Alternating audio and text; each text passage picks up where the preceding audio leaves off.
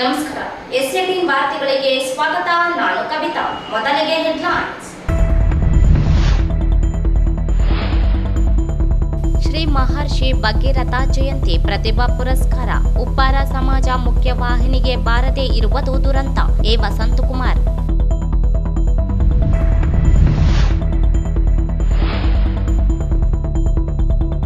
ಕನ್ನಡ ಕಂಪು ಪಸರಿಸಿದ ಕೀರ್ತಿ ಚಾಗ ಚನ್ನಬಸವ ಶಾಸ್ತ್ರಿಗಳಿಗೆ ಸಲ್ಲುತ್ತದೆ. ಶ್ರೀ ಶಾಂತಮಲ್ಲ ಶಿವಾಚಾರ್ಯರು.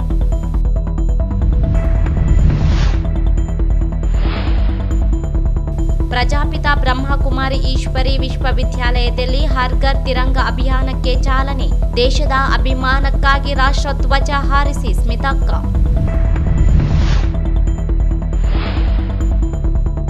ವಿಶ್ವ ಮಾನವ ಹಕ್ಕು ಸಂಸ್ಥೆಯ ವಾರ್ಷಿಕೋತ್ಸವ. ಸಮಾಜದ ಅಂಕುಡೊಂಕು ತಿದ್ದುವ ಕಾರ್ಯ ಮಹತ್ವದು. ಸಾಯಿ ಕಿರಣ್.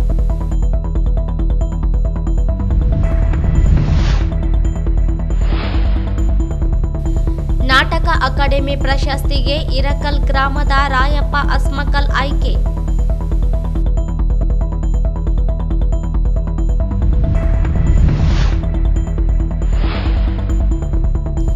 ನವಯುಗ ಶಿಕ್ಷಣ ಸಂಸ್ಥೆ ಎಲ್ಲಾ ಶಿಕ್ಷಣ ಸಂಸ್ಥೆಗಳ ಉತ್ತಮ ಶಿಕ್ಷಣ ನೀಡುವಲ್ಲಿ ಸಾಧನೆ.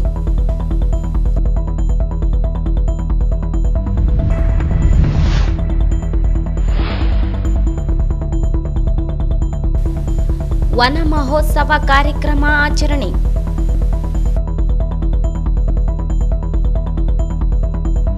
ವಾರ್ತೆಗಳ ವಿವರ. ಭಗೀರಥ ಉಪ್ಪಾರ ಸಮಾಜ ಶೈಕ್ಷಣಿಕ, ಸಾಮಾಜಿಕ, ಆರ್ಥಿಕ ಹಾಗೂ ರಾಜಕೀಯವಾಗಿ ಮುಖ್ಯವಾಹಿನಿಗೆ ಬಾರದೇ ಇರುವುದು ದುರಂತ ಎಂದು ವಿಧಾನ ಪರಿಷತ್ ಸದಸ್ಯ ಎ ವಸಂತಕುಮಾರ್ ಅವರು ಹೇಳಿದರು. ಅವರೆಂದು ಪಂಡಿತ್ ಸಿದ್ದರಾಮ ಜಂಬಲದಿನ್ನಿ ರಂಗಮಂದಿರದಲ್ಲಿ ಜಿಲ್ಲಾ ಭಗೀರಥ ಉಪ್ಪಾರ ಸಮಾಜ ಸಂಘದಿಂದ ಶ್ರೀ ಭಗೀರಥ ಜಯಂತಿ ಮತ್ತು ಪ್ರತಿಭಾ ಪುರಸ್ಕಾರ ಸಾಧಕರಿಗೆ ಸನ್ಮಾನ ಕಾರ್ಯಕ್ರಮ ಉದ್ಘಾಟಿಸಿ ಮಾತನಾಡಿದರು. ಉಪ್ಪು ಮಾರಾಟ ಮಾಡಿ ಜೀವನ ಕಟ್ಟಿಕೊಂಡಿದ್ದ ಸಮಾಜ ಜನರು ಹಿಂದುಳಿದ ವರ್ಗದಲ್ಲಿ ಗುರುತಿಸಿಕೊಂಡಿದ್ದಾರೆ. ಉಪ್ಪಾರ ಸಮಾಜಕ್ಕೆ ತನ್ನದೇ ಆದ ಇತಿಹಾಸವಿದೆ. ಮಹರ್ಷಿ ಭಗೀರಥರು ಭಾರತೀಯ ಸಂಸ್ಕೃತಿ ಪುರಾಣದಲ್ಲಿ ವಿಶೇಷ ಛಾಪು ಮೂಡಿಸಿದ್ದಾರೆ. ಹಿಡಿದ ಛಲವನ್ನು ಸಾಧಿಸುವ ಸ್ಫೂರ್ತಿಗೆ ಭಗೀರಥರು ನಿದರ್ಶನರಾಗಿದ್ದಾರೆ. ಸಮಾಜದ ಜನರು ಸಂಘಟಿತರಾಗಿ ಶೈಕ್ಷಣಿಕ, ಆರ್ಥಿಕ, ಸಾಮಾಜಿಕ ಬದಲಾವಣೆಗೆ ಮುಂದಾಗಬೇಕಾದ ಅವಶ್ಯಕತೆ ಇದೆ ಎಂದರು. ಸಮಾಜ ಸಾಧಕರನ್ನು ಗುರುತಿಸಿ ಪ್ರತಿಭೆಗಳನ್ನು ಪ್ರೋತ್ಸಾಹಿಸುವ ಕೆಲಸ ಮಾಡುತ್ತಿರುವುದು ಮಾದರಿಯಾಗಿದೆ ಎಂದರು.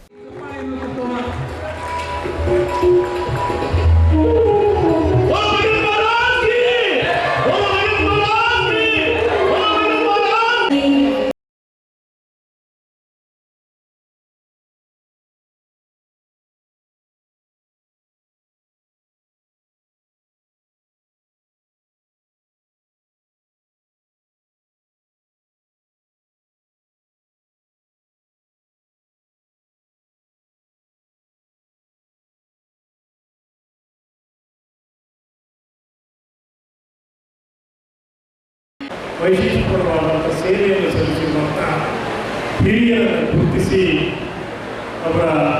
ಅವರಿಗೆ ಸನ್ಮಾನ ಮಾಡುವಂಥ ಕಾರ್ಯಕ್ರಮ ಖಂಡಿತವಾಗಿ ಕೂಡ ಶ್ಲಾಘನೀಯವಾದಂಥ ಕಾರ್ಯಕ್ರಮ.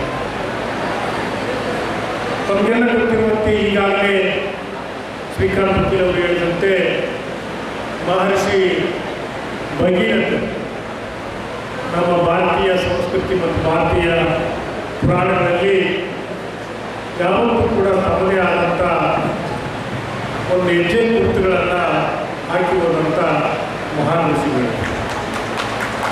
ಪುರಾಣಗಳಲ್ಲಿ ನಾವು ಭಾರತೀಯ ಪುರಾಣವನ್ನು ನಾವು ಯಾವಾಗಲೂ ನೆನಪಿಸಿಕೊಂಡಾಗ ಭಗೀರಥನ ಅಧ್ಯಯನ ಬಹಳ ವಿಶೇಷವಾದಂಥ ಅಧ್ಯಯನ ನಮಗೆ. ಅವರು ಈ ದೇಶದ ಪುರಾಣಗಳಲ್ಲಿ, ಸಂಸ್ಕೃತಿಯಲ್ಲಿ ತಮ್ಮದೇ ಆದಂಥ ಒಂದು ಮಹತ್ವವಾದಂಥ ಸೇವೆಯನ್ನು ಮತ್ತು ಸಾಂಸ್ಕೃತಿಕವಾದಂಥ, ಪೌರಾಣಿಕವಾದಂಥ ದಿಟ್ಟವಾದ ಹೆಜ್ಜೆ ಗುರುತುಗಳನ್ನು ಬಿಟ್ಟು ಹೋಗಿ ಇವತ್ತು ಉಪ್ಪಾರ ಸಮಾಜದ ಮೂಲ ಪುರುಷ ಮತ್ತು ಅವರಿಂದಲೇ ಉಪ್ಪಾರ ಸಮಾಜ ಇವತ್ತು ಹೆಚ್ಚಾಗಿ ಗುರುತಿಸಿಕೊಳ್ಳಲಿಕ್ಕೆ ಕಾರಣೀಭೂತರಾದಂಥ ಭಗೀರಥರು ನಮ್ಮ ಇಡೀ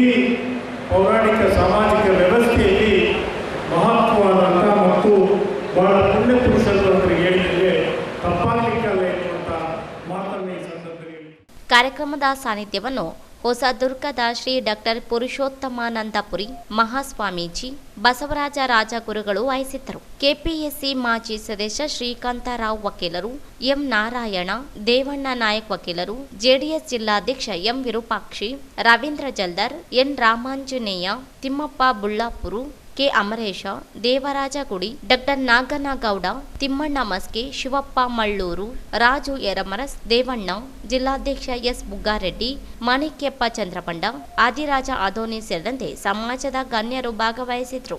ಎಸ್ಎಸ್ಎಲ್ಸಿ, ಪಿಯುಸಿ ಸೇರಿದಂತೆ ಅತಿ ಹೆಚ್ಚು ಅಂಕ ಪಡೆದ ವಿದ್ಯಾರ್ಥಿಗಳಿಗೆ ಪ್ರತಿಭಾ ಪುರಸ್ಕಾರ ಮಾಡಲಾಯಿತು. ಸಮಾಜದ ಸಾಧಕರಿಗೆ ಸನ್ಮಾನಿಸಿ ಗೌರವಿಸಲಾಯಿತು. ಇದು ಭಗೀರಥ ರತ್ನ ಜಿಲ್ಲಾ ಮಟ್ಟದ್ದು ನಮ್ಮ ಆಯ್ಡೆ ರಾಜು ವೇದಿಕೆ ಮೇಲೆ ಬರಬೇಕು. ಜಿಲ್ಲಾ ಮಟ್ಟದ ಭಗೀರಥ ಪ್ರಶಸ್ತಿಯನ್ನು ಶ್ರೀ ಎಸ್.ಎಲ್. ಪ್ರತಿಯೊಬ್ಬರಿಗೂ ದಯವಿಟ್ಟು ರಾಜು ವೇದಿಕೆ ಮೇಲೆ ಬರಬೇಕು.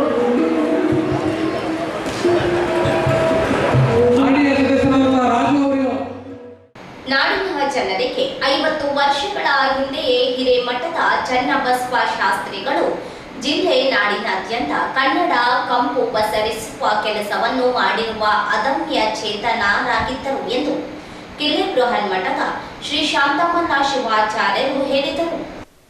ಅವರೆಂದು ಜಿಲ್ಲಾ ಮತ್ತು ತಾಲೂಕು ಕನ್ನಡ ಸಾಹಿತ್ಯ ಪರಿಷತ್ಗಳ ಸಹಯೋಗದಲ್ಲಿ ಕನ್ನಡ ಭವನದಲ್ಲಿ ಆಯೋಜಿಸಲಾಗಿದ್ದ ಹಿರಿಯ ಸಾಹಿತಿ ಲಕ್ಷ್ಮೀದೇವಿ ಶಾಸ್ತ್ರಿ ರಚಿಸಿದ ಚಾಗಿ ಹಿರೇಮಠದ ಚನ್ನಬಸವ ಶಾಸ್ತ್ರಿಗಳ ದರ್ಶನ ಪುಸ್ತಕ ಲೋಕಾರ್ಪಣೆ ಮಾಡಿ ಮಾತನಾಡಿದರು. ಕನ್ನಡ ನಾಡು ನುಡಿಗೆ ಗೌರವಿಸುವುದು ನಮ್ಮೆಲ್ಲರ ಜಾಗೃತಿ ಕಾರ್ಯವಾಗಿದೆ. ಬಡತನ ಕುಟುಂಬದಲ್ಲಿ ಹುಟ್ಟಿ ಬೆಳೆದ ಚಾಗಿ ಚನ್ನಬಸವ ಶಾಸ್ತ್ರಿಗಳು ವಾಗ್ಮಿಗಳು, ಜ್ಯೋತಿಷಿಗಳಾಗಿದ್ದು ಬಾಮಿನಿ ಷಟ್ಪದಿಗಳಲ್ಲಿ ಅನೇಕ ಪುರಾಣಗಳನ್ನು ರಚಿಸಿ ನೊಂದವರು.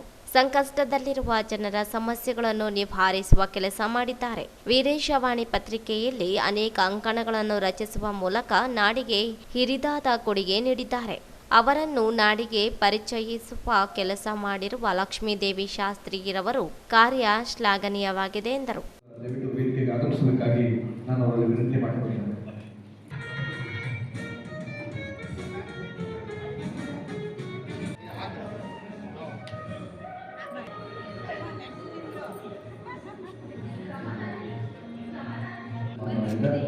ರಾಯಚೂರಿನ ಮಹಾಸ್ವಾಮಿಗಳಿಗೆ ತುಂಬ ಹೃದಯದ ಧನ್ಯವಾದಗಳು.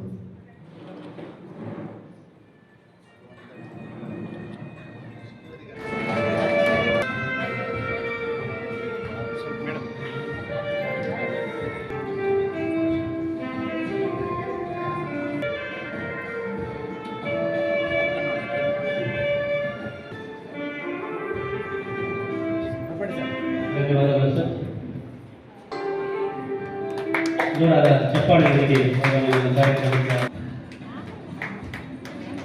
ಪತ್ರ ಏನು ಬರಿಬೇಕು ಅಂಥ ಪತ್ರವನ್ನ ಬರೆಯುವುದು ಬೇಕಾದ್ರೆ ಅವ್ರ ಮುಖಾಂತರನೇ ನಾವೆಲ್ಲ ಕಲಿಬೇಕಾಗಿರುವಂಥದ್ದು ಭಾಳಿದೆ. ಅವರ ಸಂಗಮೇಶ್ವರ ಪ್ರಿಂಟಿಂಗ್ ಪ್ರೆಸ್ನಲ್ಲಿ ಅವಾಗೆಲ್ಲ ಕಂಪ್ಯೂಟರ್ ಮುದ್ರಣ ಭಾಳ ಕಮ್ಮಿ ವಿರಳ. ಹಾಗೆಲ್ಲ ಅಕ್ಷರ ಜೋಡಣೆಗಳ ಇಂದ ಮುದ್ರಣಗೊಳ್ತಾ ಇತ್ತು. ಆ ಅಭಿನಂದದ ಪತ್ರವನ್ನು ನೋಡಿ ಏನಪ್ಪ ಅಂದರೆ ಅದ್ಭುತವಾಗಿ ಅವರೇನು ಶಬ್ದಗಳನ್ನು ವರ್ಣನೆ ಮಾಡ್ತಾ ಇದ್ರು, ಅಗಮ್ಯವಾಗಿರುವಂತಹ ಶಬ್ದಗಳನ್ನು ಅವರು ಪ್ರಯೋಗ ಮಾಡ್ತಾ ಇದ್ರು. ಅಂಥವರ ಜೀವನವನ್ನು ಕುರಿತು ಜಿಲ್ಲೆಯಲ್ಲಿ ಯಾರೂ ಕೂಡ ಅಷ್ಟು ಮುತುವರ್ಜಿ ವಹಿಸಿ ಅವರ ಜೀವನದ ಬಗ್ಗೆ, ಅವರು ಕಳೆದಿರ್ತಕ್ಕಂತಹ ದಿನಗಳ ಬಗ್ಗೆ, ಅವರು ನಡೆದಿರ್ತಕ್ಕಂತಹ ದಾರಿಯ ಬಗ್ಗೆ, ಅವರು ಸಮಾಜದಲ್ಲಿ ಸಾಧಿಸಿರುವಂತಹ ಅನೇಕ ವ್ಯಕ್ತಿತ್ವದ ಬಗ್ಗೆ ಯಾರೂ ಗುರುತಿಸಿಲ್ಲ. ಅವರ ಮಾನಸ ಪುತ್ರಿಯಾಗಿ ಯಾರು ಚಾಗಿ ಹಿರೇಮಠದ ಚನ್ನಬಸವ ಶಾಸ್ತ್ರಿಗಳವರ ಮಾನಸ ಪುತ್ರಿಯಾಗಿ ಶ್ರೀಮತಿ ಲಕ್ಷ್ಮೀದೇವಿ ಶಾಸ್ತ್ರಿಯವರು ಚನ್ನಬಸವ ಶಾಸ್ತ್ರಿಗಳ ದರ್ಶನ ಅನ್ನುವಂಥ ಕೃತಿಯನ್ನು, ದರ್ಶನದ ಕೃತಿಯನ್ನು ಹೊರತಂದಿರುವಂತಹದ್ದು ಸಾಹಿತ್ಯ ಲೋಕಕ್ಕೆ ಅದ್ಭುತವಾಗಿರುವಂತಹ ಕೊಡುಗೆ ಎನ್ನುವಂತಹ ಮಾತನ್ನು ನಾವು ಹೇಳಲಿಕ್ಕೆ ಮರೆಯೋದಿಲ್ಲ. ಇದಷ್ಟೇ ಅಲ್ಲದೆ ಅವರು ಸುಪುತ್ರರು ಕೂಡಿಕೊಂಡು ಅದು ಮಾಡಿದರೆ ಅಷ್ಟೇನು ಗಂಭೀರತೆ ಬರ್ತಿದೆಯಲ್ಲ, ಅದಕ್ಕೆ ಸಾಹಿತ್ಯ ಜಿಲ್ಲಾ ಕನ್ನಡ ಸಾಹಿತ್ಯ ಪರಿಷತ್ತು, ತಾಲೂಕು ಕನ್ನಡ ಸಾಹಿತ್ಯ ಪರಿಷತ್ತು ಕೈ ಜೋಡಿಸಿ ಅಂಥವರ ಘನತೆಗೆ ಕೈ ಜೋಡಿಸಿರುವಂಥದ್ದು ನಮಗೊಂದು ಹಂಡೆ ಹಾಲು ಕೊಡದಷ್ಟು ಸಂತೋಷ ಆ ಸಾಹಿತ್ಯ ಪರಿಷತ್ತಿನಿಂದ ಆಗ್ತಾ ಇದೆ.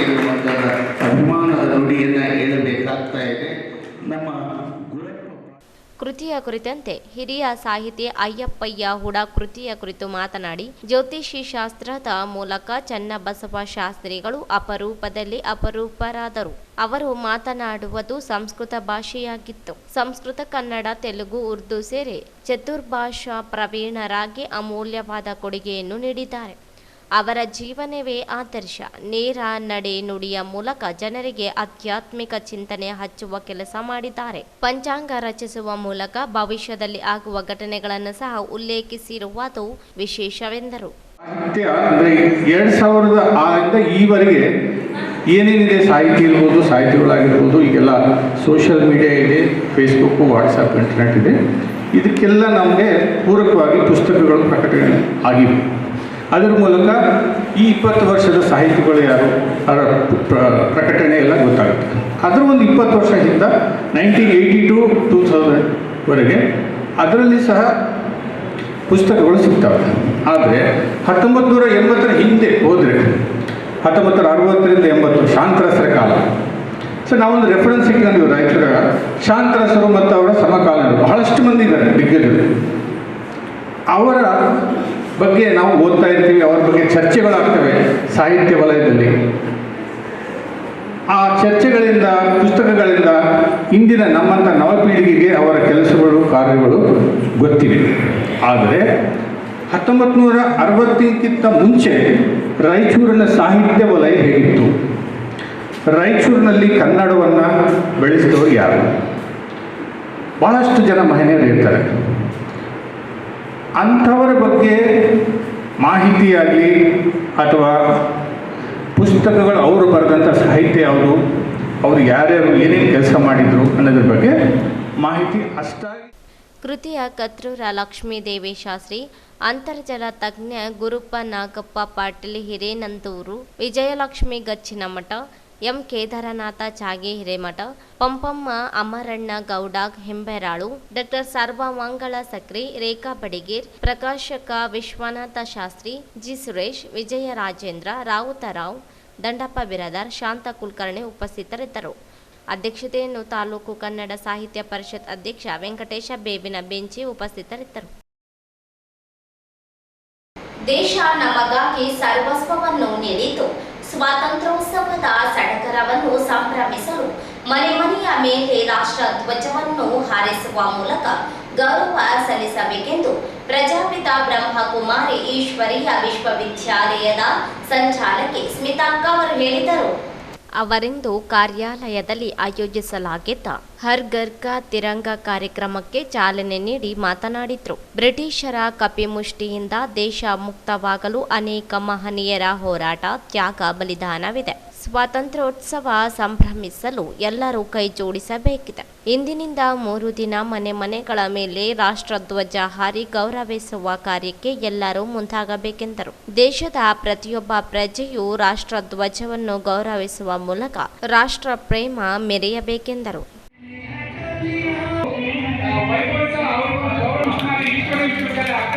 ಆಶೀರ್ವಾದ ಮತ್ತು ಶ್ರೀರಕ್ಷೆ ಸಿಗಲಿ ಅನ್ನೋ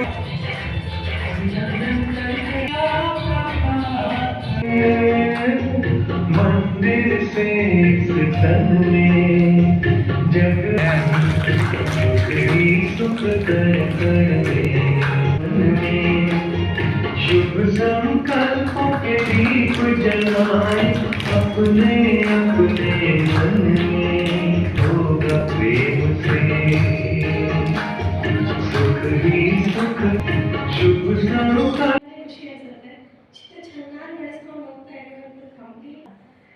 ಎಷ್ಟೋ ಜನ ಯುವ ಪ್ರೇರಣೆ ನೆಕ್ಸ್ಟ್ ಜನರೇಷನ್ ಅವರಿಗೆ ನಮ್ಮ ಕಲ್ಚರ್ನ ನಾವು ಹೇಳ್ಕೊಡ್ತಿಲ್ಲ ಅಂದರೆ ಇದು ತುಂಬ ಇದಾಗುತ್ತೆ. ಇದನ್ನು ಈ ಕೈಯಲ್ಲಿ ಇದೆ ಅಂದಮೇಲೆ ನಾವೊಂಥರ ಈ ಏಕ ಭಾರತ್ ವಿಕಸಿತ ಭಾರತ ನಮ್ಮ ದೇಶವನ್ನ ಸದೃಢ ದೇಶವನ್ನಾಗಿ ಮಾಡುವಂತ ಒಂದು ದೃಢ ಪ್ರತಿಜ್ಞೆಯನ್ನು ನಾವು ಮಾಡೋಣ. ದೇಶ ಜವಾಬ್ದಾರಿ, ದೇಶ ರಕ್ಷಣೆ ಜವಾಬ್ದಾರಿ ನಂದು ಅನ್ನುವಂತ ಸಂಕಲ್ಪದಿಂದ ನಾವು ಹಾಗಾಗಿ ಈಗ ರಾಷ್ಟ್ರಗೀತೆ ನಮ್ಮೆಲ್ಲರ ಹೆಮ್ಮೆಯ ಗೌರವದ, ನಮ್ಮೆಲ್ಲರಿಗೂ ಗೌರವದ ರಾಷ್ಟ್ರಗೀತೆ ವಿಶ್ವಪಿತನಿಗಿರುವಂತಹ ಒಂದು ಭಾಗ್ಯ, ಒಂದು ಪುಣ್ಯ, ಒಂದು ಸುವರ್ಣ ಅವಕಾಶ ನಮ್ಮೆಲ್ಲರಿಗೂ ಪ್ರಾಪ್ತಿಯಾಯಿತು. ದೇಶಭಕ್ತಿ ಯಾರಿಗೆ ಇರುವುದಿಲ್ಲ. ಆ ದೇಶ ನಮ್ಗೆ ಸರ್ವಸ್ವ ಕೊಟ್ಟಿದೆ ಅಂದ್ರೆ ಆ ದೇಶಕ್ಕೆ ಗೌರವ ಸಲ್ಲಿಸುವುದು ನಮ್ಮೆಲ್ಲರ ಪರಮ ಕರ್ತವ್ಯ.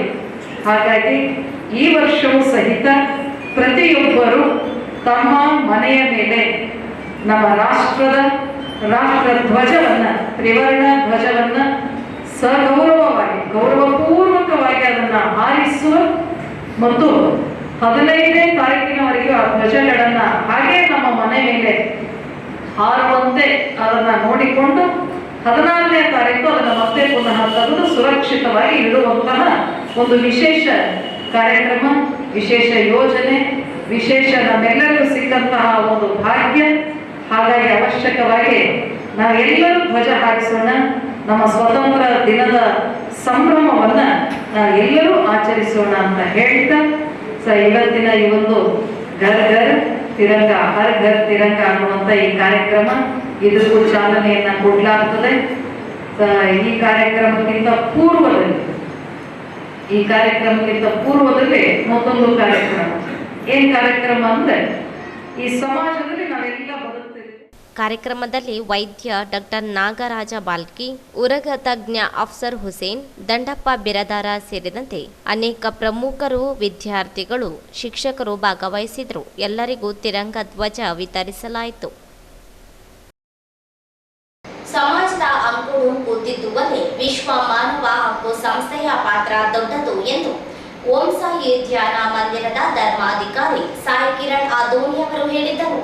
ಅವರು ನಗರದ ಮಾಣಿಕ ಪ್ರಭು ಅಂಧ ಮಕ್ಕಳ ಶಾಲೆಯಲ್ಲಿ ಆಯೋಜಿಸಿದ್ದ ವಿಶ್ವ ಮಾನವ ಹಕ್ಕು ಸಂಸ್ಥೆಯ 2ನೇ ವಾರ್ಷಿಕೋತ್ಸವ ಸಮಾರಂಭದ ಸಾನ್ನಿಧ್ಯ ವಹಿಸಿ ಮಾತನಾಡಿದರು. ದಿನದಿಂದ ದಿನಕ್ಕೆ ಜ್ವಾಲೆಯಂತೆ ಪಸರಿಸುತ್ತಿರುವ ಸಮಾಜ ವಿರೋಧಿ ಮತ್ತು ಕಾನೂನು ಬಾಹಿರ ಚಟುವಟಿಕೆಗಳನ್ನು ನಿಯಂತ್ರಿಸುವಲ್ಲಿ ವಿಶ್ವ ಮಾನವ ಹಕ್ಕು ಸಂಸ್ಥೆಯು ಬೀದಿಗಿಳಿದು ಹೋರಾಟ ಮಾಡಬೇಕಿದೆ ಎಂದರು. ಮುಖ್ಯ ಅತಿಥಿಗಳಾಗಿ ಆಗಮಿಸಿದ್ದ ಶಬರಿಮಲೆ ಅಯ್ಯಪ್ಪ ಸ್ವಾಮಿ ದೇವಸ್ಥಾನದ ಅರ್ಚಕ ಸುರೇಶ ಗುರುಸ್ವಾಮಿ, ನಿರ್ಭಯ ಎನ್ನುವ ಮಹಿಳೆ ಲೈಂಗಿಕ ದೌರ್ಜನ್ಯಕ್ಕೆ ಒಳಗಾದ ನಂತರ ಅದರ ವಿರುದ್ಧ ತಾವು ಕಾಶ್ಮೀರದಿಂದ ಕನ್ಯಾಕುಮಾರಿವರೆಗೆ ಸೈಕಲ್ ಯಾತ್ರೆ ಕೈಗೊಂಡಿದ್ದನ್ನು ಸ್ಮರಿಸಿಕೊಂಡರು.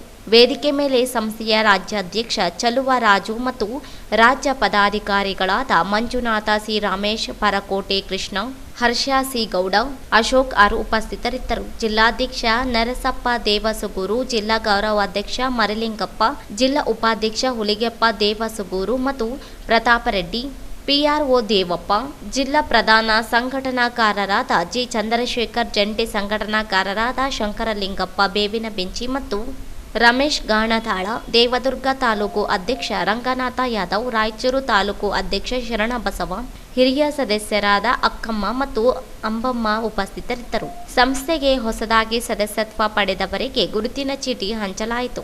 ಮಾಣಿಕ್ ಪ್ರಭು ಶಾಲಾ ಮಕ್ಕಳಿಂದ ಪ್ರಾರ್ಥನೆ ಜರುಗಿತು. ಈ ಸಂದರ್ಭದಲ್ಲಿ ರಾಜ್ಯಾಧ್ಯಕ್ಷ ಚಲುವರಾಜು ಅವರನ್ನು ಸನ್ಮಾನಿಸಿ ಗೌರವಿಸಲಾಯಿತು. ರಂಗಭೂಮಿ ಕಲಾವಿದ ರಾಯಪ್ಪ ಅಸ್ಮಕಲ್ ಅವರು ಕರ್ನಾಟಕ ನಾಟಕ ಅಕಾಡೆಮಿಯ 2022-23ನೇ ಸಾಲಿನ ವಾರ್ಷಿಕ ಪ್ರಶಸ್ತಿಗೆ ಭಾಜನರಾಗಿದ್ದಾರೆ.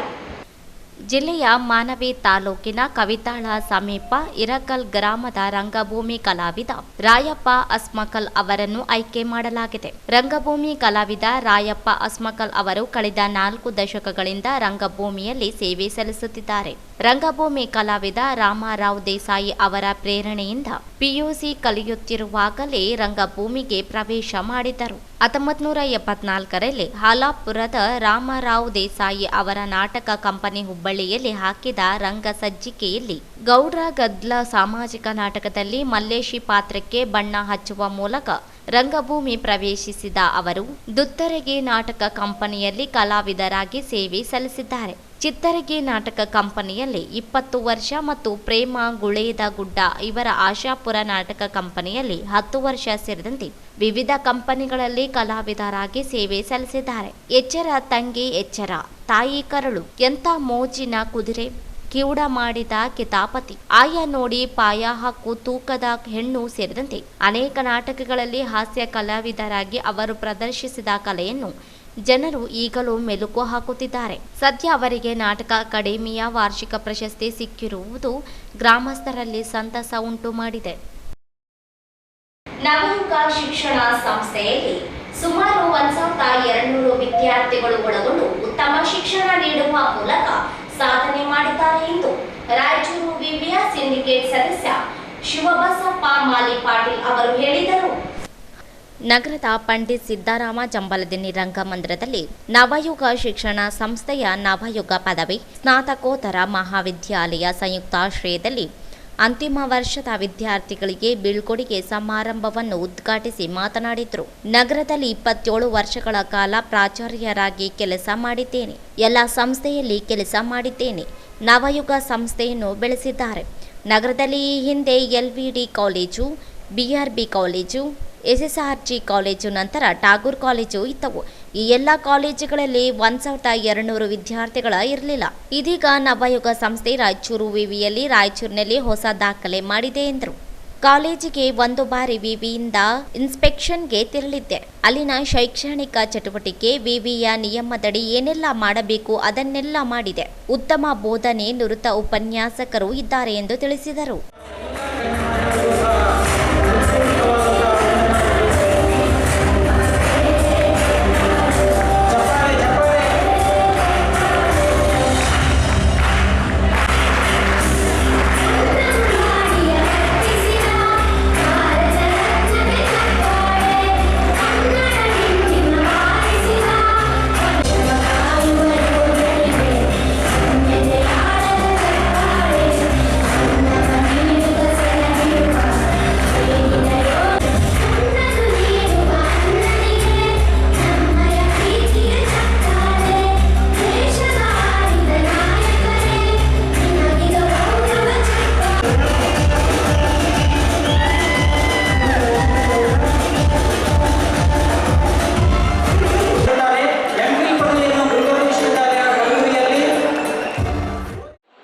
ನಾನು 27 ವರ್ಷ ಪ್ರಿನ್ಸಿಪಾಲ್ನಾಗಿ ಕೆಲಸ ಮಾಡಿದ್ದೀನಿ.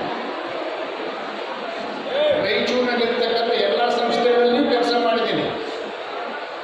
ಆದರೆ ಈ ಅವಧಿಯಲ್ಲಿ ಇಷ್ಟು ಸಂಸ್ಥೆಗಳನ್ನು ಬೆಳೆಸಿದಾಗ ನಿಜವಾಗಿ ಅವರ ಶ್ರಮಕ್ಕೆ hats off to you sir. ಒಂದು ಸೆಕೆಂಡ್.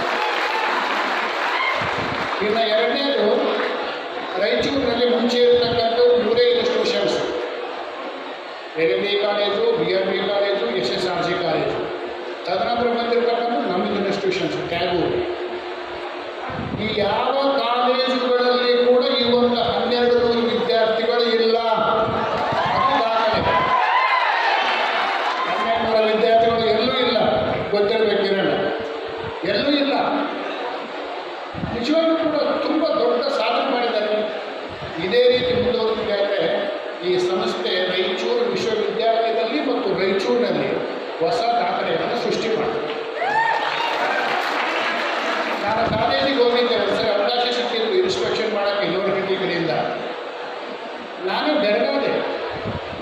ಅಲ್ಲಿರ್ತಕ್ಕಂಥ ಶೈಕ್ಷಣಿಕ ಚಟುವಟಿಕೆಗಳನ್ನು ನೋಡಿ ಕರಾರುವಕ್ಕಾಗಿ ಮಾಡಿದ್ದಾರೆ. ವಿಶ್ವವಿದ್ಯಾಲಯದ ನಿರ್ದೇಶನದಲ್ಲಿ ಏನೇನು ಮಾಡಬೇಕು ಎಲ್ಲವುಗಳನ್ನು ಕರಾರುವಕ್ಕಾಗಿ ಮಾಡಿದ್ದಾರೆ. ಅದಕ್ಕೆ ನಿಮ್ಮೆಲ್ಲ ಸ್ಟಾಫಿಗೆ ಅಭಿನಂದನೆ ಸಲ್ಲಿಸ್ತೀನಿ. ನಾನು ಹೇಳಿದ್ದೀನಿ, ವಿಶ್ವವಿದ್ಯಾಲಯದ ಮೀಟಿಂಗ್ನಲ್ಲಿ ಹೇಳಿದ್ದೀನಿ, ನವಯುಗ ಕಾಲೇಜು ತುಂಬ ಚೆನ್ನಾಗಿದೆ, ಎಲ್ಲವೂ ಮಾಡ್ತಾ ಇದ್ದಾರೆ ಅಂತ ಕೂಡ ಹೇಳಿ. ಇದು ನೀವು should be very very grateful and loyal to the Navayuga institution. ಸ್ನೇಹಿತರೆ, ಈಗ ನಾನು ನಿಮ್ಮ ವಿದ್ಯಾರ್ಥಿಗಳಿಗೆ ಹೇಳಬೇಕಂತ ಹೇಳಿದ್ರೆ, ಈ ಸಂದರ್ಭದಲ್ಲಿ ನವಯುಗ ಸಂಸ್ಥೆ ಆಡಳಿತಾಧಿಕಾರಿ ನರಸಿಂಹಲು ಎನ್, ನಿವೃತ್ತ ಪ್ರಾಚಾರ್ಯ ಬಿ ದೇವರೆಡ್ಡಿ, ಕಾರ್ಯದರ್ಶಿ ಹೇಮಾವತಿ ಸತೀಶ್ ಕುಮಾರ್, ಹಣಕಾಸಿನ ನಿರ್ವಹಣಾ ಅಧಿಕಾರಿ ಶೇಖ್ ಅತರ್, ಉಪನ್ಯಾಸಕ ಭೀಮಪ್ಪ ಸೇರಿದಂತೆ ವಿದ್ಯಾರ್ಥಿಗಳು, ಆಡಳಿತ ಮಂಡಳಿ ಸಿಬ್ಬಂದಿಗಳು ಭಾಗವಹಿಸಿದ್ರು.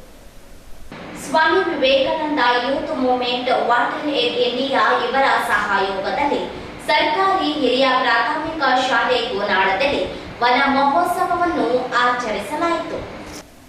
ಈ ಒಂದು ಕಾರ್ಯಕ್ರಮದಲ್ಲಿ ವಿವಿಧ ಬಗೆಯ ಸಸಿಗಳನ್ನು ಶಾಲಾ ಆವರಣದಲ್ಲಿ SDMC ಅಧ್ಯಕ್ಷರಾದ ಅನಿಲ್ ಕುಮಾರ್, ಉಪಾಧ್ಯಕ್ಷರಾದ ಯಲ್ಲಪ್ಪ, ಸದಸ್ಯರಾದ ಪರಶುರಾಮ್ ಸಸಿ ನೆಡುವ ಮೂಲಕ ಆಚರಣೆ ಮಾಡಲಾಯಿತು. ವೇದಿಕೆಯಲ್ಲಿ ಈ ಒಂದು ಕಾರ್ಯಕ್ರಮ ಕುರಿತು SDMC ಅಧ್ಯಕ್ಷರು ಮಾತನಾಡಿ, ಶಾಲೆ ಅಂದರೆ ಸುಂದರ ಗಿಡಗಳನ್ನು ಹೊಂದಿರಬೇಕು. ಎಂಥ ಕಾರ್ಯ ಮಾಡಿರುವ ಈ ಎರಡೂ ಸಂಸ್ಥೆಗಳು ನಮ್ಮ ಶಾಲೆಗೆ ಇನ್ನೂ ಹೆಚ್ಚಿನ ಕಾರ್ಯಕ್ರಮಗಳನ್ನು ತರಲಿ ಎಂದರು. ಸುಂದರವಾದ ಇದರಲ್ಲಿ ಕೈ ತೊಗೊಳ್ತಾರೆ ಗಲೀಜಲ್ಲಿ ನೀರಲ್ಲಿ ಅಂತ ಬಿಟ್ಟು ಮಾಡ್ರಿ ಅಂತ ಹೇಳಿದಾಗ ಅದಕ್ಕೆ ಏನಂತ ರೂಪ ಕೊಡಲಿಕ್ಕೆ ಸಾಧ್ಯ ಅಲ್ವಾ? ಅದು ಹಾಳಾಗಿದೆ, ಯಾರು ಮಾಡಿದ್ದಾರೆ ಅದು? ಹಾಂ, ಮಾಡ್ಬೇಕಾದು ಹಾಳು ಮಾಡ್ಬೇಕಾಗಿತ್ತಾ? ಮಾಡಬಾರ್ದಾಗಿತ್ತು, ಮಾಡಿಬಿಟ್ಟಿದ್ದೀರಿ. ಆದರೆ ಯಾರು ಬೇರೆ ಹೊರಗಿನವ್ರು ಯಾರು ಪಕ್ಕದೂರವ್ರು ಯಾರು ಮಾಡಿಲ್ಲ. ನಮ್ಮಲ್ಲಿ ಈ ಶಾಲೆಯಲ್ಲಿ ಕಲಿತ ವಿದ್ಯಾರ್ಥಿಗಳೇ ಮಾಡ್ಯಾರ ಕ್ರಿಕೆಟ್ ಆಡಕ್ಕೆ ಬಂದು ಅಲ್ವಾ? ಮತ್ತೆ ನೋಡಿದ್ರೆ ಏನು ಅನ್ಬೇಕು, ನೀವು ಯಾರನ್ನ ಕಲಿಸ್ಬೇಕು, ಎಷ್ಟು ಜನ ಇರ್ತೀರಿ, ಎಲ್ಲಿ ಹಾಳು ಮಾಡ್ಬೇಡ ಅಂತ ಮಾಡ್ತಾರೆ ನೋಡಿ.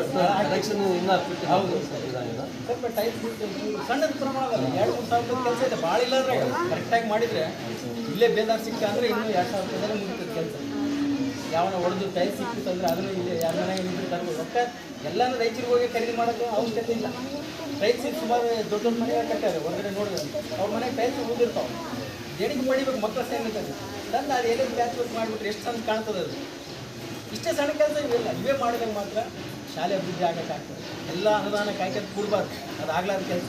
ಸರ್ ಕೂತಿದ್ರೆ ಇಷ್ಟು ಗಿಡ ಬರ್ತಿದ್ದಿಲ್ಲ ಇಲ್ಲಿ. ಹಾಂ, ನಮ್ಮ ಹುಡುಗರು ಎರಗೇರದಿಂದ ಹೊತ್ಕೊಂಡ್ಬಂದಾರ. ಎರಗೇರಿಂದ ಗಾಡಿ ಮೇಲೆ 10-20 ಚೀಲದಾಗ ಇಟ್ಕೊಂಡು ಬಂದಾರ. ಸರಳ ಇಲ್ಲ. ರೊಕ್ಕ ಏನು ಯಾರನ್ನ ಕೊಡ್ತಾರೆ, ತರೋದೇ ಭಾಳ ಕಷ್ಟ ಇದೆ. ಟ್ರಾನ್ಸ್ಪೋರ್ಟ್ ಚಾರ್ಜು ಅದು ಇದು ನಮ್ಮ ಹುಡುಗರು ಅಲ್ಲಿ ಹೊತ್ಕೊಂಡ್ಬಂದಾರ. ಸಂಸ್ಥೆಯ ವ್ಯವಸ್ಥಾಪಕರಾದ ಸುರೇಶ್ ರವರು ಮಾತನಾಡಿ, ಯಾವುದೇ ಅನುದಾನ ಇಲ್ಲದೆ ಇಂತಹ ಪರಿಸರ ಕಾರ್ಯಕ್ರಮ ನಡೆಯುತ್ತಿರುವುದು. ಒಬ್ಬರು ನಮ್ಮ ಸಂಸ್ಥೆಯ ಸಿಬ್ಬಂದಿ ಶ್ರೀಮತಿ ಅನ್ನಪೂರ್ಣರವರು 30 ಗಿಡಗಳನ್ನು ಹಣ ನೀಡಿ ಖರೀದಿ ಮಾಡಿ ಶಾಲೆಗೆ ನೀಡಿದ್ದಾರೆ. ಇದೆಲ್ಲವೂ ಅವರ ಪರಿಸರ ಪ್ರೇಮ ಮೆಚ್ಚುವಂಥದ್ದು ಎಂದರು. ಸಂಸ್ಥೆಯ ಕಾರ್ಯಕ್ರಮ ಸಂಯೋಜಕರಾದ ವಿನಾಯಕ ಆರ್ ರವರು ಮಾತನಾಡಿ, ನಾವೆಲ್ಲರೂ ಬೇಸಿಗೆ ಬಂತೆಂದರೆ ಏನೂ ಬಿಸಿಲು ಎನ್ನುತ್ತೇವೆ, ಆದರೆ ಕಾರಣ ಮಾತ್ರ ಹುಡುಕುವುದಿಲ್ಲ. ನಾವೆಲ್ಲ ಇಂದು ಇರುವ ಪರಿಸರ ಹಾಳು ಮಾಡ್ತಿದ್ದೇವೆ. ಇರುವ 100 ವರ್ಷಗಳ ಹಳೆಯ ಗಿಡಗಳನ್ನು ನಮ್ಮ ಸ್ವಾರ್ಥಕ್ಕೆ ಕಡಿಯುತ್ತಿದ್ದೇವೆ. ಇದು ನಿಲ್ಲಬೇಕು. ನಿಜವೆಲ್ಲರೂ ಇಂದು ಪ್ರತಿಯೊಬ್ಬರೂ ಮನೆಗೊಂದು ಮರ ಎಂಬಂತೆ ಸಸಿ ನೆಡಿ. ನಿಮ್ಮ ಮನೆಗೆ ಎಷ್ಟು ಸುಂದರತೆಯನ್ನು ತಂದುಕೊಡುತ್ತದೆ ಎಂಬುದನ್ನು ನೀವು ಕಾಣುವಿರಿ. ಈಗ ಈ ಶಾಲೆ ಎಷ್ಟು ಸುಂದರವಾಗಿದೆ ಎಂದರೆ ನಿಜಕ್ಕೂ ಇಲ್ಲಿಯೇ ಕುಳಿತುಕೊಂಡು ಆಯಾಸ ತಣಿಸಿಕೊಳ್ಳೋಣ ಎನಿಸುವ ವಾತಾವರಣ ಇದೆ. ಎಷ್ಟು ದೊಡ್ಡ ಮರಗಳು ಬೆಳೆಸಿದ್ದೀರಿ. ಈಗ ಈ ದಿನ ನೀವು ಹಾಕುವ ಮರಗಳನ್ನು ಕೂಡ ತಾವು ಪ್ರತಿಯೊಬ್ಬ ವಿದ್ಯಾರ್ಥಿಯು ಜವಾಬ್ದಾರಿ ತೆಗೆದುಕೊಂಡು ಬೆಳೆಸಿರಿ. ಅದು ನಿಮ್ಮ ಶಾಲೆಯನ್ನು ಹಸಿರು ಶಾಲೆ ಎನಿಸಿಕೊಳ್ಳುತ್ತದೆ ಮತ್ತು ತಾವೆಲ್ಲರೂ ಇದರ ಕೆಳಗಡೆ ಕುಳಿತು ವಿದ್ಯಾಭ್ಯಾಸ ಮಾಡಬಹುದು ಎಂದು ತಿಳಿಸಿದರು. ನನಗೆ ಹಸ್ತಾಂತರ ಮಾಡಿದ್ದು ವಿನಯ್. ಸೊ ನೀನೇ ಅದನ್ನು ಬೆಳೆಸ್ಬೇಕಂತ. ಸೊ ನೀನು ಅದನ್ನು ಬೆಳೆಸಿದ್ರೆ ಅವಾಗ ನೆಕ್ಸ್ಟ್ ವರ್ಷ ಮತ್ತೆ ಬರ್ತೀವಿ ನಾವು. ನೆಕ್ಸ್ಟ್ ವರ್ಷ ಬಂದಮೇಲೆ ನೀನು ಅದು ಕರೆಕ್ಟ್ ಬೆಳೆಸಿದ್ರೆ ನಿನಗೊಂದು ಗಿಫ್ಟು. ಅದು ಹೆಂಗೆ ಬೆಳೆಸ್ರ ಅಥವಾ ಗೊಬ್ಬರ ಇರ್ತದೆ. ನಮ್ಮ ಮನೇಲಿ ಹಳ್ಳಿ ಊರಾಗ ಭಾಳ ದನಕರುಗಳು ಇರ್ತಾವೆ. ಅದೊಂದು ಸ್ವಲ್ಪ ಎಂಡೆ ತಗೊಂಬಂದು ಹಾಕಿದ್ರೆ ಗೊಬ್ಬರ ಹಾಕಿದ್ರೆ ಬೆಳೆದ್ಬಿಡ್ತದೆ. ಸೊ ಇವತ್ತೇನು ನೀವೇನು ನಮಗೇನು ಹಸ್ತಾಂತರ ಮಾಡಿದಿಲ್ಲ, ಮತ್ತೆ ನಿಮಗೆ ಹಸ್ತಾಂತರ ಮಾಡ್ತೀವಿ ನಾವು. ಅದನ್ನು ನೀವು ಬೆಳೆಸ್ರಿ, ನಾವು ಬರ್ತಾ ಇರ್ತೀವಿ. ಮತ್ತು ಅದು ತಿಂಗಳಿಗೆ ಒಂದು ಟೈಮ್ ಬಂದು ನೋಡ್ಕೊಂತ ಹೋಗ್ತಿರ್ತೀವಿ. ಈ ಪ್ರೋಗ್ರಾಮ್ ಏನು ಸ್ಟಾರ್ಟ್ ಮಾಡಿದೀವಲ್ಲ ನಾವು, ವಾರಕ್ಕೆ 10 ಗಿಡ ಅಂತಂದೇಳಿ ಒಂದು ಕಾನ್ಸೆಪ್ಟಿಂದ. ಅಂದರೆ ಇದು ಈಗ ಇವರು ದಾನ ಮಾಡಿದ್ದಾರೆ. ಇದೇ ರೀತಿ ಸ್ವಾಮಿ ವಿವೇಕಾನಂದ ಏನು ಹೇಳ್ತಾರೆ ಅಂದರೆ ಭಿಕ್ಷೆ ಬೇಡಬೇಕು ಅಂತ. ಭಿಕ್ಷೆ ಬೇಡೋದು ಎದಕ್ಕಂದರೆ ಅವ್ರಿಗೋಸ್ಕರ ಬಿಡಲ್ಲ, ಜಗತ್ತಿನ ಉದ್ಧಾರಕ್ಕೋಸ್ಕರ ಬಿಡೋದು. ಸೊ ನಾವು ಈ ಗಿಡಗಳನ್ನ ಭಿಕ್ಷೆ ಬೇಡಿ ತಗೊಂಡ್ಬರ್ತಾ ಇದ್ದೀವಿ. ಸೊ ಈ ಭಿಕ್ಷೆನ ವ್ಯರ್ಥ ಮಾಡಲಾರ್ದೆ ಈ ಗಿಡಗಳನ್ನ ಬೆಳೆಸ್ಬೇಕಂತ ಹೇಳ್ತಾ ನಾನು 1-2 ಮಾತುಗಳನ್ನ ಮುಗಿಸಿ ಎಲ್ಲರಿಗೂ ಈ ಒಂದು ಕಾರ್ಯಕ್ರಮಕ್ಕೆ ಸಹಕಾರ ಕೊಟ್ಟ ಎಲ್ಲರಿಗೂ ಥ್ಯಾಂಕ್ಸ್ ಹೇಳ್ತಾ ನಾನು ಥ್ಯಾಂಕ್ ಯು. ಮುಖ್ಯ ಗುರುಗಳಾದ ರತ್ನಮ್ಮರವರು ಮಾತನಾಡಿ, ನಮ್ಮ ಶಾಲೆ ಆಯ್ಕೆ ಮಾಡಿಕೊಂಡು ಇಷ್ಟೆಲ್ಲ ಗಿಡಗಳನ್ನು ನೀಡಿದ್ದಕ್ಕೆ ತುಂಬ ಧನ್ಯವಾದಗಳು ಎಂದು ಹೇಳಿದರು. ಈ ಒಂದು ಕಾರ್ಯಕ್ರಮದಲ್ಲಿ ವಾಟರ್ಸ್ ಏಡ್ಸ್ ಇಂಡಿಯಾ ಸಂಸ್ಥೆಯ ತಾಂತ್ರಿಕ ಅಧಿಕಾರಿ ನಾಗರಾಜ್ ರವರು ಮಾತನಾಡಿ, ನೀರಿನ ಸಂರಕ್ಷಣೆ ನಮ್ಮ ಮೇಲಿದೆ. ತಾವೆಲ್ಲರೂ ಅವಶ್ಯಕತೆಗೆ ತಕ್ಕಂತೆ ನೀರನ್ನು ಬಳಸಿ ನೀರಿನ ಮಿತ ಬಳಕೆ, ಮುಂದಿನ ಪೀಳಿಗೆಗೆ ನೀರಿನ ಉಳಿಕೆ. ಈಗಾಗಲೇ ನಿಮ್ಮ ಶಾಲೆಯಲ್ಲಿ ಅಂತರ್ಜಲ ಮಟ್ಟ ಹೆಚ್ಚಿಸುವ ಒಂದು ಕಾರ್ಯಕ್ರಮ ಮಾಡಿದ್ದು, ಬಳಸಿದ ನೀರು ಇದರಡಿ ಹೋಗಿ ಮತ್ತೆ ಭೂಮಿ ಸೇರಿ ಅದರ ಸುತ್ತಲೂ ಇರುವ ಇತರೆ ಬೋರ್ವೆಲ್ಗಳಿಗೆ ಸಹಾಯವಾಗುತ್ತದೆ ಎಂದರು. ಈ ಒಂದು ಕಾರ್ಯಕ್ರಮದ ನಿರೂಪಣೆಯನ್ನು ವಾಟರ್ ಏಡ್ ಸಂಸ್ಥೆಯ ಕ್ಷೇತ್ರ ಕಾರ್ಯಕರ್ತರಾದ ಶಂಕರ ಜೇಗರ್ಕಲ್ ಮಾಡಿದರು. ಸಂಸ್ಥೆಯ ಸಿಬ್ಬಂದಿಗಳಾದ ಅನ್ನಪೂರ್ಣ, ಈರಣ್ಣ, ರಾಜೇಶ್, ಭೀಮಯ್ಯ, ರಾಮಕೃಷ್ಣ, ಸಹ ಶಿಕ್ಷಕರಾದ ಹನುಮಂತ ಹಾಗೂ ಮಕ್ಕಳು ಹಾಗೂ ಅನೇಕರು ಇದ್ದರು. ಈ ಸಂದರ್ಭದಲ್ಲಿ ಸಸ್ಯಗಳನ್ನು ನೆಟ್ಟರು. ಕೊನೆಯಲ್ಲಿ ಮತ್ತೊಮ್ಮೆ ಹೆಡ್ಲೈನ್ಸ್. ಶ್ರೀ ಮಹರ್ಷಿ ಭಗೀರಥ ಜಯಂತಿ ಪ್ರತಿಭಾ ಪುರಸ್ಕಾರ. ಉಪ್ಪಾರ ಸಮಾಜ ಮುಖ್ಯವಾಹಿನಿಗೆ ಬಾರದೇ ಇರುವುದು ದುರಂತ. ಎ ವಸಂತಕುಮಾರ್.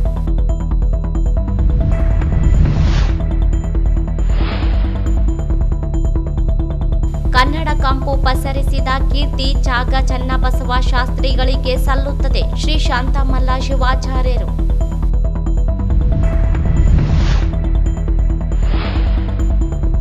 ಪ್ರಜಾಪಿತ ಬ್ರಹ್ಮಕುಮಾರಿ ಈಶ್ವರಿ ವಿಶ್ವವಿದ್ಯಾಲಯದಲ್ಲಿ ಹರ್ ಘರ್ ತಿರಂಗ ಅಭಿಯಾನಕ್ಕೆ ಚಾಲನೆ. ದೇಶದ ಅಭಿಮಾನಕ್ಕಾಗಿ ರಾಷ್ಟ್ರಧ್ವಜ ಹಾರಿಸಿ ಸ್ಮಿತಕ್ಕ.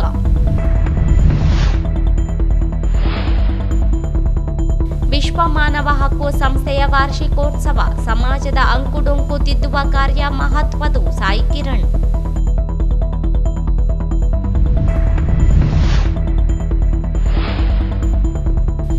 ನಾಟಕ ಅಕಾಡೆಮಿ ಪ್ರಶಸ್ತಿಗೆ ಇರಕಲ್ ಗ್ರಾಮದ ರಾಯಪ್ಪ ಅಸ್ಮಕಲ್ ಆಯ್ಕೆ.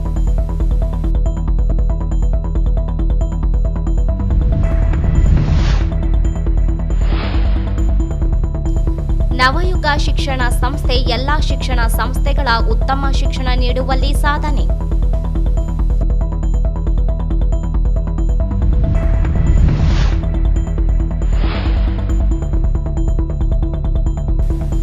ವನ ಮಹೋತ್ಸವ ಕಾರ್ಯಕ್ರಮ ಆಚರಣೆ. ಇಲ್ಲಿಗೆ